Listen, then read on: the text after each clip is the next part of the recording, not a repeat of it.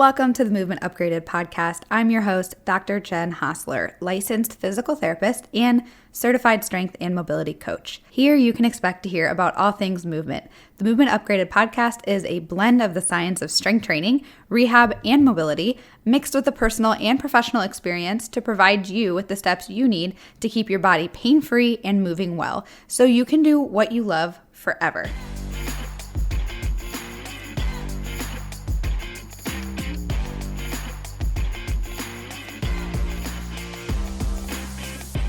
Hey, movement nerds, what is up? Welcome to podcast episode numero 3. I'm really excited to share this, but I'm also slightly hesitant because I honestly felt a little weird about recording an entire podcast about myself and my story. I don't know, it feels weird, but I also know that I love hearing other people's stories and the lessons they've learned from them. So I figured why not? And not only will my lessons become yours, but you'll get to understand some of where my passion for movement comes from beyond just thinking that human physiology is like fucking amazing, because I do. I could learn about it and talk about it all day long. But I want you to understand, and I think it would be helpful to understand some of like where my passion comes from, because if you're in like a lot of pain, dealt with an injury, anything like that, I probably can relate to you more than you might know. I've dealt with a lot of different things, like so many different injuries, I can't even begin to explain it. So, but I'm going to. So bear with me. It'll be a little bit longer today, but we're going to get through it because I want to share my story. So let's get to it. We're going to cover essentially where my movement journey began. I'm going to go through all my injuries, and we're going to go through the 3 big things that I had to do to get over the like big chronic injuries that I was dealing with. So here we go. I grew up playing, my voice is cracking. I grew up playing several sports. So I played soccer for like 8 to 9 years up until high school, then didn't like the running practice, so I dropped that.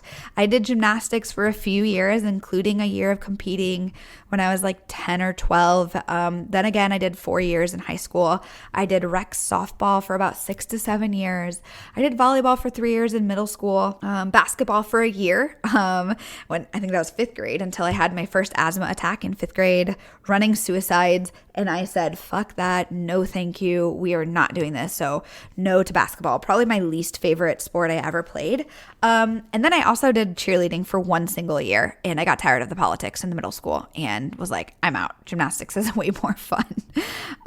Anyways, I was never extremely excellent in any one of those sports, by the way. I never completely sucked at them either. Although I don't know how I was at basketball. I may have not been that great. I was like tiny. I'm only 5'2" in the morning now, so I'm sure I was not very good at basketball.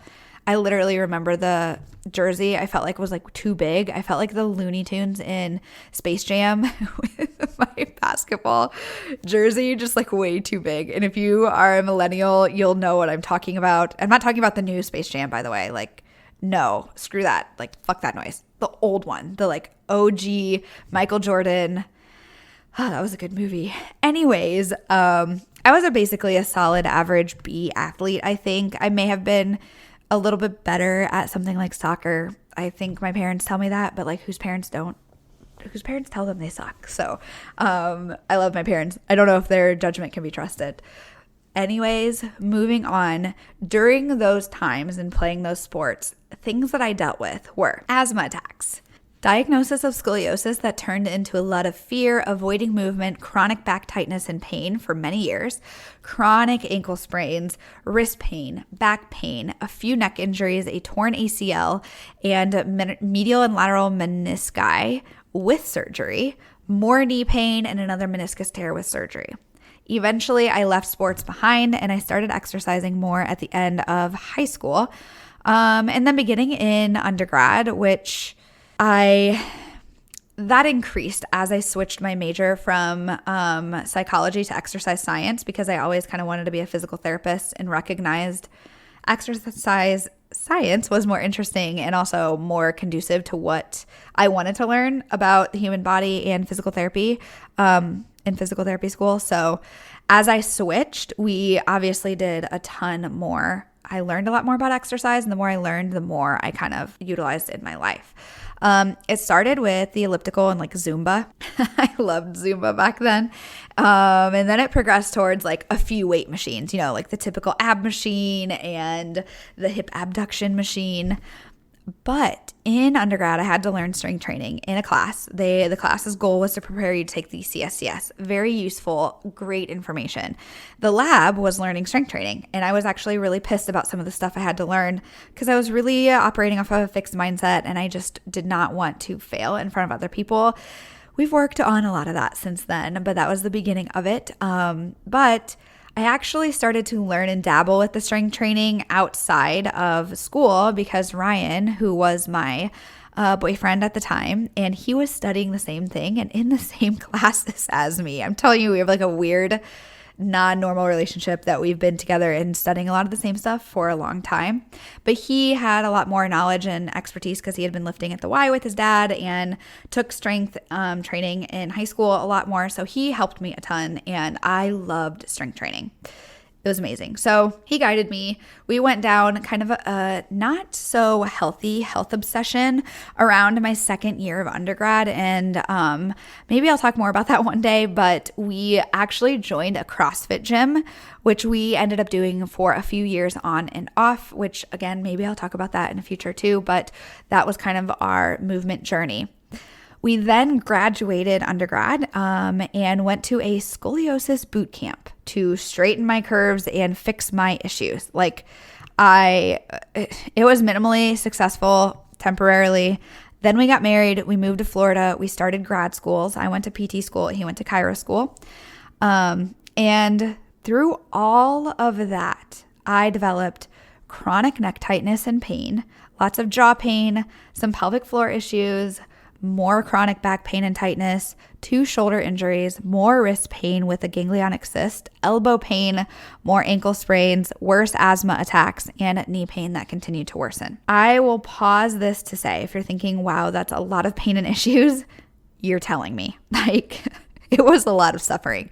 But all the suffering that I went through really helped me. It's helped me relate to my patients way more, which has proven to be so helpful in my ability to help them. And it's been kind of really helpful in driving me to learn more. And because of that, I learn more and I get to share more and help my clients and patients a lot more too. So suffering is what you make of it sometimes. And I had to learn a lot about that. So we're going to unpack some of this. I know I kind of breezed over some of those injuries, but we're going to get there. So the 3 things that I really want to highlight in there, we're not going to cover all of my injuries, but I want to cover the biggest things that were like the most debilitating for me. And those were my scoliosis and back pain, my chronic neck pain and tightness issues, and my knee surgeries and chronic pain after those. They were the most debilitating. They lasted the longest in my life, and they were consequently all tackled by similar things, the things that I'm honestly the most annoying about on Instagram: mobility work, beginning with daily cars, breath work, strength training, and mindset and stress management work. We're going to talk about those. So let's start with scoliosis.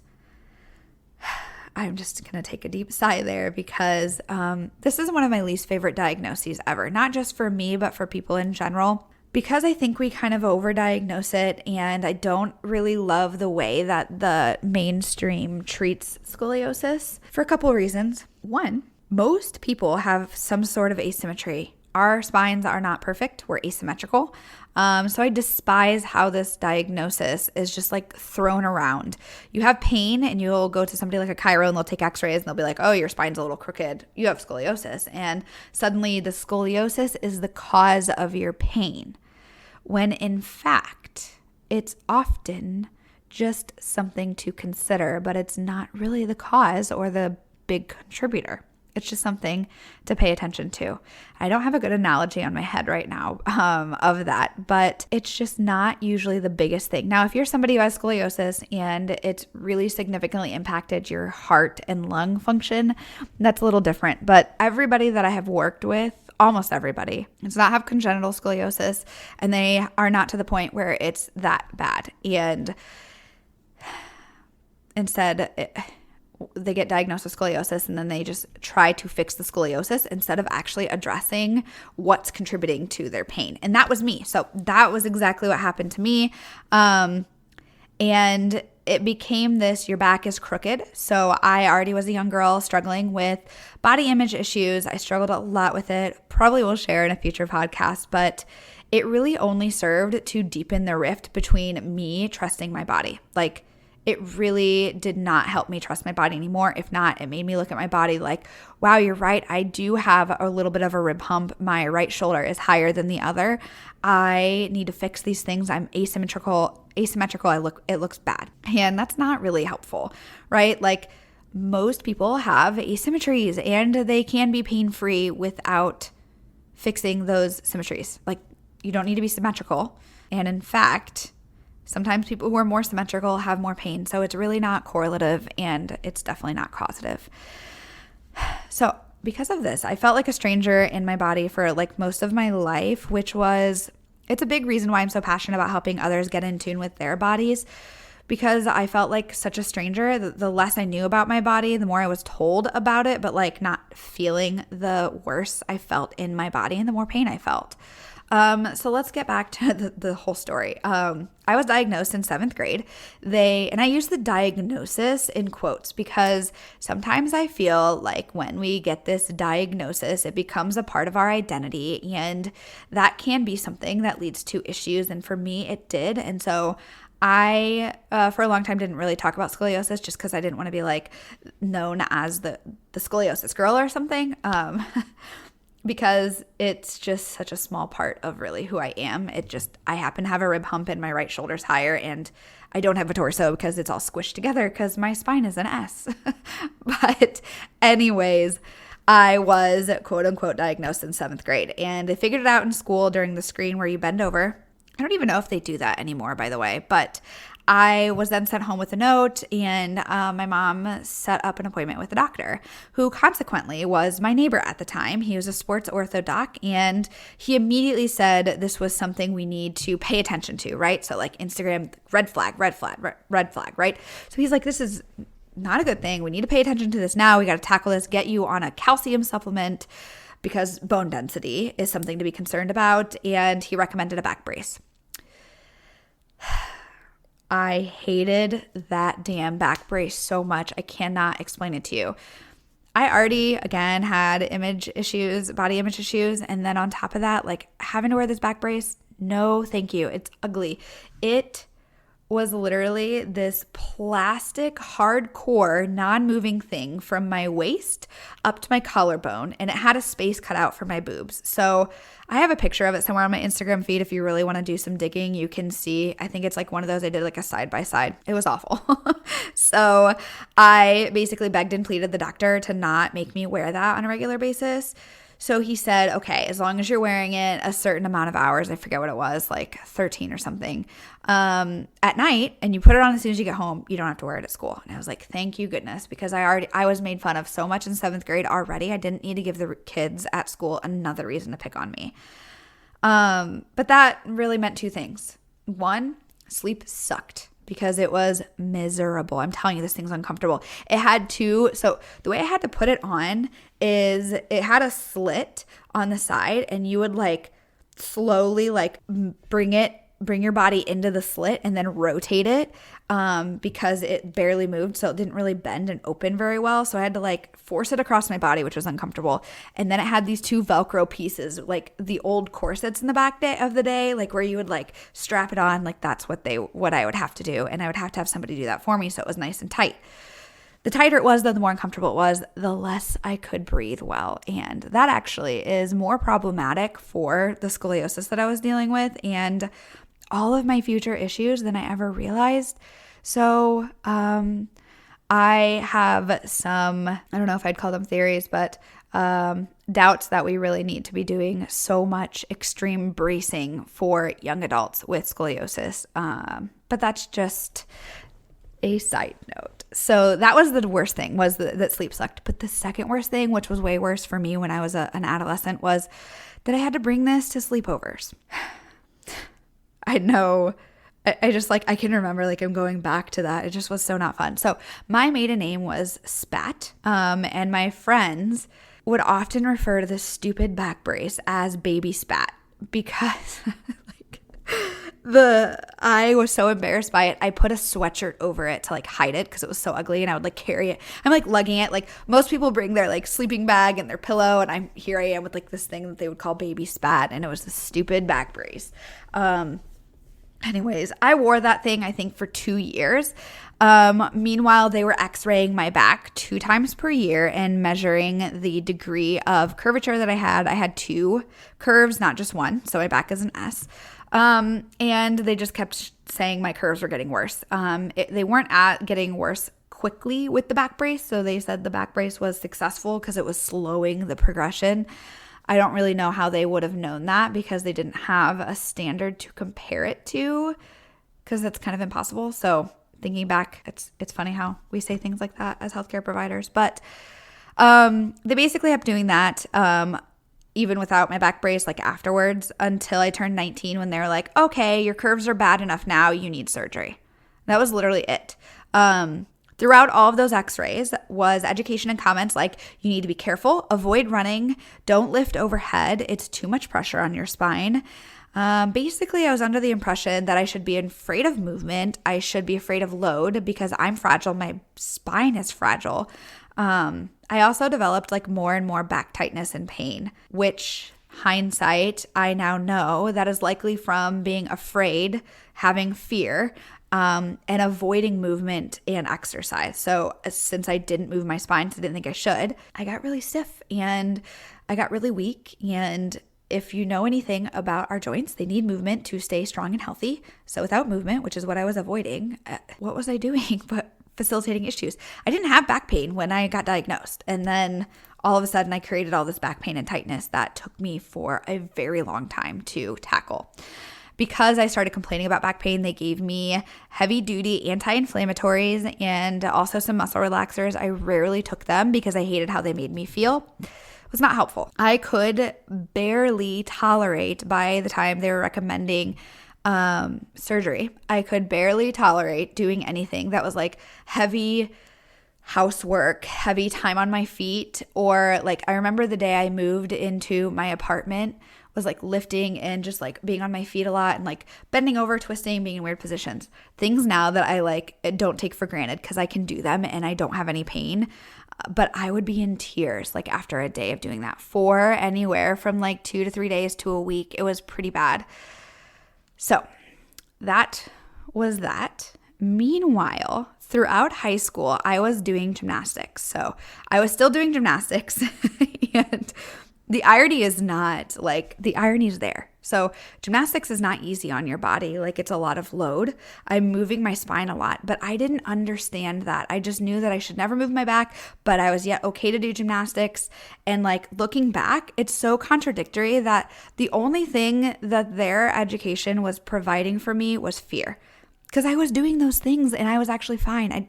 My back didn't hurt during gymnastics. It actually felt good. Surprise, surprise, because I was moving it and loading it. Anyways, I was doing gymnastics during those 4 years throughout high school, but I did manage to tear my ACL and both of my menisci, which are cartilage inside your knee joint, my freshman year. So that was at the end of freshman year. I think we were in sectionals and I blew out my knee, dismounting off of the high bar, and I landed on 1 foot instead of 2, and you heard the pop from the crowd. And my ortho surgeon actually happened to be in the crowd because his daughter was competing against us. So he came over and was like, I heard that, I saw it, it's an ACL tear. You can come into my office tomorrow morning and we'll get you scheduled for surgery probably. So I had the surgery. I was not a compliant patient. I was discharged also. I was 14, by the way. Here's me like defending myself, but I was. I was discharged before I was strong enough, and basically I did not have normal strength, nor did I have a normal size of my quads. Like my muscle strength and mass was not there compared to my other leg. But I was told just, you're good. Slowly ease your way back into gymnastics. The 9-month mark is done. And my calf and thigh were like inches smaller than the other side. But I did as I was told. I went back to gymnastics, and I am basically still working on getting my right leg, which is the one that I tore. I'm still trying to get that muscle mass back to be the same as the other side. So that was 15 years ago. So because I was not compliant, and also I think I was discharged way too early, I did not provide a good bridge between rehab and then getting back to my activity, which I really needed more strength training, which I was not doing. Ironically, by the way, that experience is what made me interested in physical therapy. So my physical therapist was fun. His personality, the whole process when I would go was not so terrible. Even when I was in tears, I still liked him. But I was not super compliant anyways, and I still think that we could have done a better job with my rehab. So anyways, I went back and I ended up having chronic knee pain on that leg for the rest of my gymnastics career. And I kept going back to the doctor. He just kept saying it's different things like jumper's knee, or you just need some anti-inflammatories. And I tried multiple braces. So I always had braces on my knees. I think I shared some gymnastics pictures a while back, but you'll see me with an ankle brace, a knee brace, all of this stuff that I didn't really need. Knee braces are not helping you, not the kind that I was wearing. But I didn't know what else to do. So I was just like, maybe this will help. I got to do something because I feel like my knee is just breaking. Not really, but by my senior year, our first meet, my knee, especially that year, was really bad. It just kept swelling up. And our first meet, it got so swollen after vaulting that I was limping. I think I did my beam routine and I could not do my floor routine, which I was really sad about, but I was just like, I can't do it. I can't move. And we went and had more imaging done because that's what the doctor said. And he said, you have a ton of degradation of your medial meniscus on that knee again, or you retore it. I don't remember what exactly he said, but you need to have a second surgery to carve out more of it. So they call that a meniscectomy. And that surgery now, by the way, is not really recommended without physical therapy first, because the outcomes are not any better than conservative care. So I was not sent back to PT. I was sent back to the surgery room, and I missed my last season of gymnastics because of that and was discharged.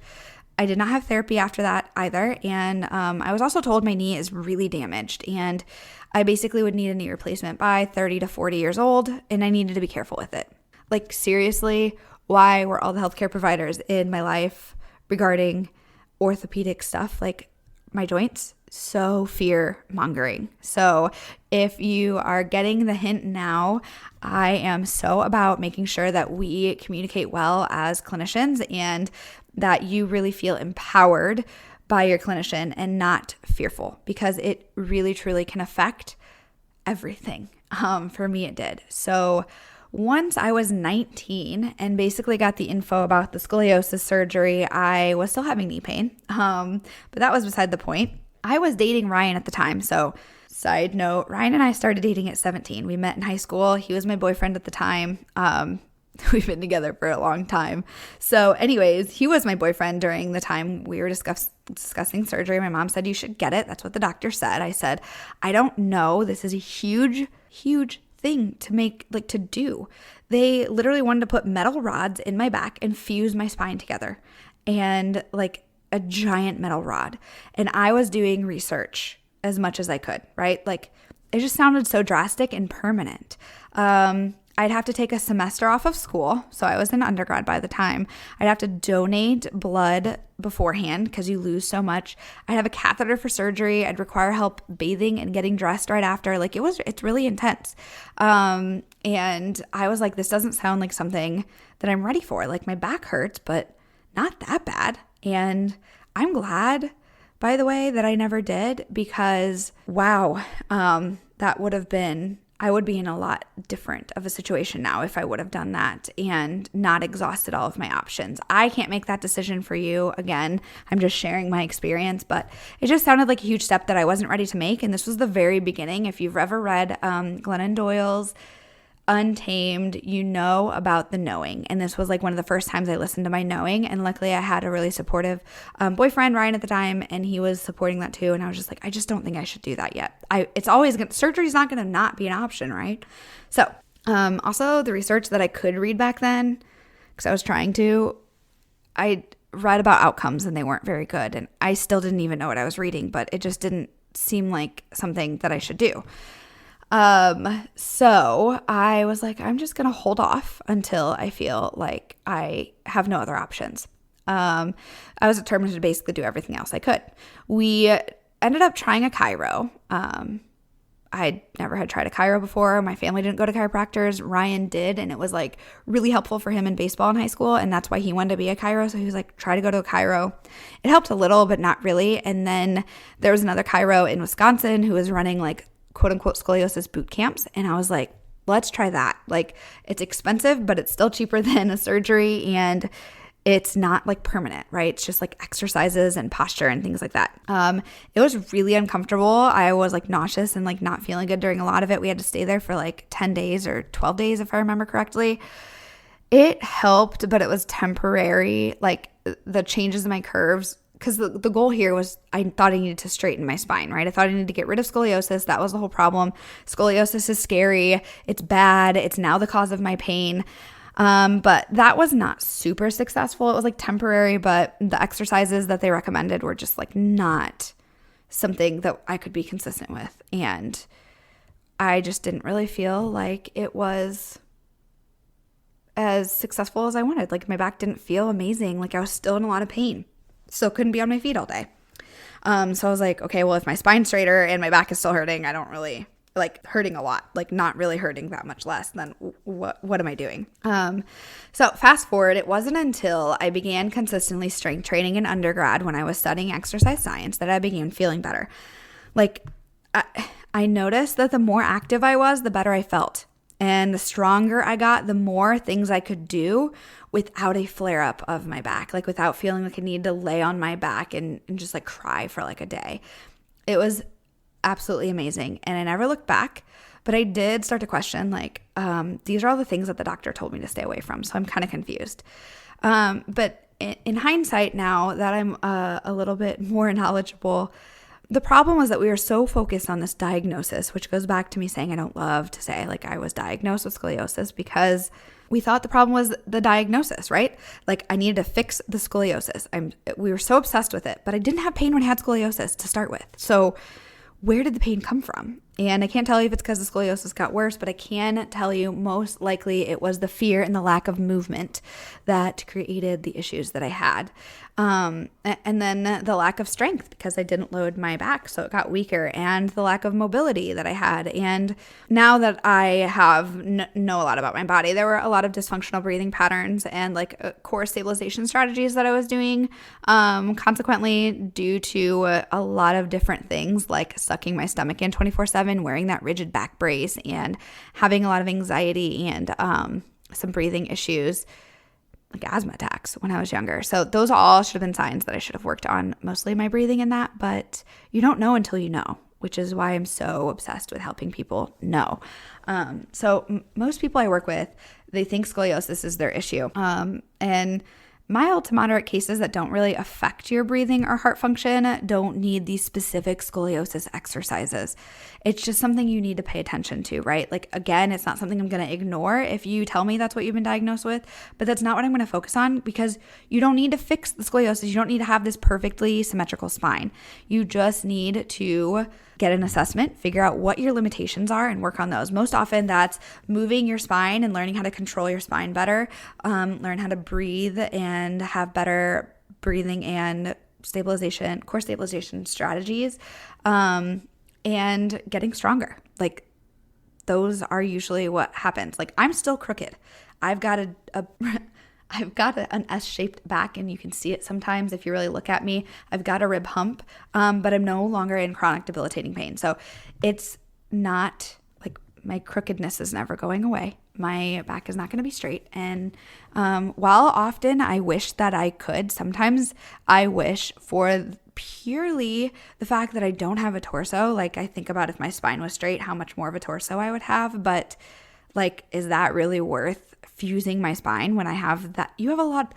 Look at your back. If it was meant to be fused and we weren't meant to move your back, it would just be one giant like femur bone. Like, it would be a rod. But like, we have multiple bones, so we need to move them, and joints need movement to stay healthy or they start to degrade. And a lot of people who get scoliosis surgery end up, or like fusion or rods, they end up having issues right above and below where their joints are fused because those are doing too much work. Just things to keep in mind if you're going through a similar journey. So I then started to feel better, but of course my back was not better. So this is like towards the end of undergrad. We went to that boot camp. It didn't feel great. I started to exercise more, started to feel better. And then I went to PT school. So we got married and we went to PT school, which was in Florida. We moved there, and Ryan went to chiro school. And my back started to feel, it was feeling a lot better, but it got worse again once I picked up CrossFit. And a different area started really bothering me. And then my neck became a really bad issue. So I started having a ton of neck discomfort, which was either met with a lacrosse ball, with Ryan's fingers, with adjustments. Ryan was trying to practice on me. He was like, I don't know what to do, but I want to help you. You're in tears regularly, complaining all the time about this. And it moved from being like tight and painful every day to then like during certain times I would try to move my neck and I would like tweak, like pop or something, and I couldn't turn my head without pain.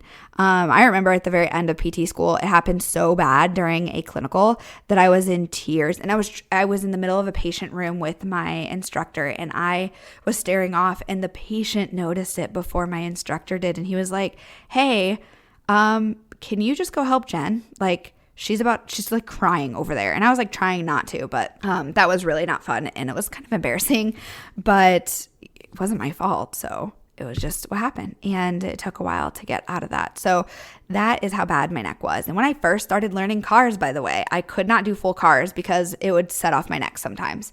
I can't tell you the last time that's happened. It's amazing, but it took me a very long time to get over. So I had a lot of neck issues, and I also was having knee pain that would flare up, or sometimes it would get better depending on what I was doing. Sometimes CrossFit would flare it up. Sometimes going out and wearing heels would flare it up, but my knee would randomly swell, and I was afraid of it again because I had in the back of my mind, your knee is so damaged, you have to be careful. I basically just got so fed up with being in pain, and I was so disappointed in school because I thought, I've got all these issues. This is a great time to tackle all of them. And I just didn't feel like PT school was what I wanted to learn. It wasn't what I was expecting. I was very disappointed in it. So I kept looking for answers and ended up taking a bunch of continuing ed courses, partially for my own benefit, right? So I really wanted to learn a lot about how to fix myself, but also because I was like, I also wanted to learn a lot of things in PT school. And I was, by the way, in the background, like obsessively consuming books and podcasts and blogs, like even back then. And I wasn't being taught any of the things that I was reading about. I was like, what are we really doing? Like, I'm learning stuff that just doesn't really match what I expected.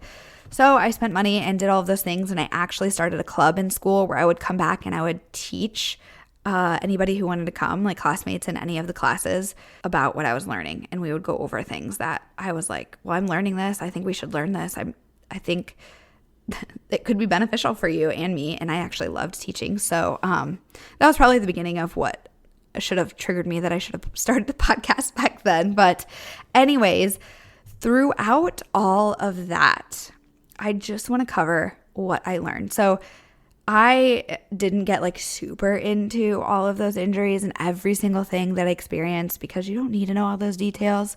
But most of what I learned and how I got over that back issue that was from a lot of different things, but like that back stiffness and that back pain that would flare up. And it wasn't like this, I would throw my back out. I've actually, like, knock on wood / actually I'm just going to go do my cars and Jefferson curls, but that's never happened to me.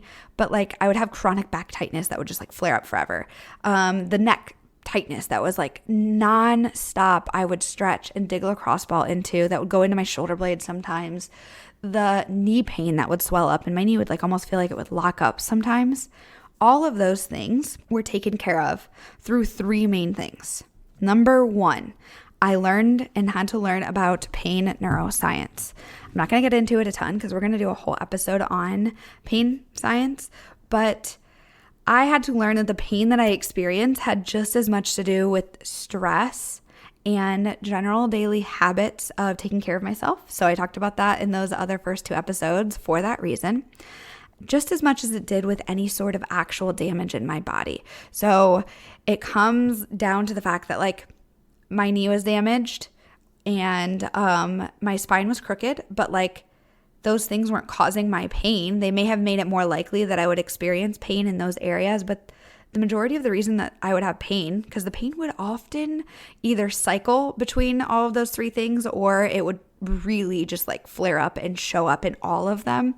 And I started to notice the patterns. It was always when something significant was happening in my life where it was really stressful. So it turns out that I had to learn that my damaged knee and like crooked spine are more resilient than I really realized. And this was really solidified when I was through dissecting cadavers. So if you get squeamish, you may want to turn this down for a moment. But in PT school, we have to dissect cadavers in a group. We get to really learn about the human body. It was one of the coolest experiences ever. But the body that we were assigned for the first semester was this tiny, frail, older woman who I think was like 80 when she passed away. And I believe she had breast cancer, and I think it had metastasized. So she was cancer-ridden, tiny, frail, like older, small woman. It took us like 45 minutes of hard work, sweating, to break her spine and chisel through it to do the dissecting that we needed to do. I'm pretty sure it was like 45 minutes. And if her back was that strong, then my back could be pretty strong. As a young, like non-cancer patient, I'm pretty resilient. I was doing CrossFit. I was relatively strong at the time. So I had to really understand that I was not damaged and weak and like fragile because I was in so much pain. It had more to do with, one, how I thought about pain, how I thought about my body, and all of my environment and my stress. And so I'll do a whole episode on this in the future, but your mindset and how you think about pain and what you fear have a lot more to do with pain and the pain you experience than anything. Like your thoughts, your sleep, your stress, and even your diet can actually affect your pain. I never knew this, and it's been absolutely eye-opening and motivating, right? Motivating. Those are things I can change. Those are things I can affect change on. I cannot change the fact that I've had 2 knee surgeries and I'm missing a lot of cartilage in my knee. I cannot change that. But I also can change how I'm sleeping, how my stress is, and things like that. So if you ever feel hopeless, that's going to really affect your pain. So if you can get a little ounce of hope, your pain's going to get better, then your pain will get better. So you have to be convinced, though, that it will. And I had to learn that through pain neuroscience in school and really outside of school. And that was really so life-changing for me because I was really fearful that I was destined to live a life of pain at such a young age. And I am now going to be 30 this year, and I feel 100 times better than I ever did going into my 20s. So it's possible to age and feel better. It's possible to get out of pain. It's possible. That was the first thing. So the second thing I had to learn was how important breathing was and working on breath work. And there's a lot of different types of breath work, all for different purposes. But I had to understand how stress changes our breathing patterns, how important it was, and how our diaphragm works to create core stability. Those are like really important. And doing regular breath work was really key in stress management for me. If you go into that like stress type of breathing pattern, you're going to start using your neck and your shoulders come up to your ears. And wow, no wonder my neck hurt all the time. Part of it, right? It's not the only answer, but it's a big part of it. But it also was just really important in giving my neck and back a break and giving my body a sense of safety or stability. So really understanding diaphragmatic breathing and how the diaphragm works and creating core stability in 360 degrees, which is what I work with a lot of people, helped with all of that. Not to mention, it helped with my pelvic floor issues. That was number 2. Number 3, I had to learn about strength training. So I had already learned a little bit about it, but I recognized after PT school and like into the last few years, I really didn't understand the full gist of strength training and progressive overload and adaptations until I had to relearn all of this stuff. And once I understood that, of course, my fear was contributing to my pain. And then I had to get comfortable with loading those areas that are painful. I thought that if they were painful, they were damaged and I shouldn't load them. But for me, I had to load them. I don't know for you. We have to assess you. But I had to load them. And at times it was like borderline painful and uncomfortable, especially for my knee. Sometimes in certain circumstances, we push through a little bit of pain. But it really wasn't as painful as I anticipated. So it was more my fear and everything with my knee that was the problem. And so I had to learn how to load my body to build its tolerance so that it could take on more load throughout life on a regular basis without being so painful. And that comes to understanding a little bit about pain neuroscience, a little bit about strength training, and like creating adaptations and like understanding like thresholds, right? And I'm not going to get into those deep concepts for you right now because it's a lot of science and we're already at like 40 minutes here. But those concepts are really important and they had to be applied correctly before I got better. And they were the missing links in a lot of my rehab. So, yes, also I had to do cars regularly, right? Like cars were a big thing and that's why I'm so like just moving my spine and segmenting my spine and doing spine cars every single day was huge and has been huge for keeping me out of pain. But like the three biggest things for really tackling my issues were understanding those three things. And for most people that I work with, it's understanding those three things. So if you get anything out of that, I really hope it's just that you have some hope and understanding that your pain doesn't necessarily mean you're damaged. And even if you have some sort of damage, like in your cartilage or something, you have a lot of other parts in your body that can support cartilage, that your cartilage isn't supposed to be relied on that much. And sometimes we just have to address that. And sometimes we just have to build the area up to be able to tolerate more load. And that's what we do with strength training and progressive overload. And sometimes we have to do something as simple as cars to start because we're just that sensitized and we have that much pain. So because of all of this, though, this is why I'm annoying about mindset and stress management and sleep and cars and breath work and about getting women into lifting. Because guess what? Those are the things that often get us out of pain and keep us out of pain and help us feel really good. And I know because I experienced it. I experienced life and what life is like without those things. I don't really want to go back to that kind of a life. And I can imagine that if I didn't do these things, I can only imagine how I would feel as I get older. And that's not conducive with how I want to feel. So anytime that I don't want to do my cars or I'm just really not motivated to exercise and do my breath work, I just always think about how I used to feel and how I potentially could feel in my future after decades of not doing this stuff. And it's just, for me, not worth it. So hopefully that can give you some insight on it too. Obviously, we know these things are good for you, but for me, they were really the vehicles towards tackling my chronic pain and helping me discover a life full of physical freedom that I never thought I'd be able to experience. Like, just the ability to clean my house and spend like 3 hours cleaning or organizing and not be in debilitating pain is really big for me. And it's something I'll never take for granted ever again. It's amazing. And sometimes I'm like, wow, I would have never been able to do that years ago. And it's really cool that I can now. So I want that for as many people as possible, especially you. That's why this podcast exists. That's why I do all the work I do.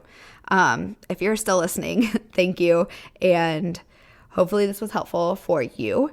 Obviously, I'm going to ask again to drop a review. If you have not already, send this to somebody who needs to hear it, who might benefit from hearing my story.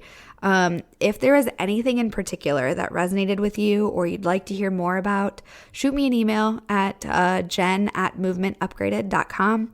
I love hearing from you.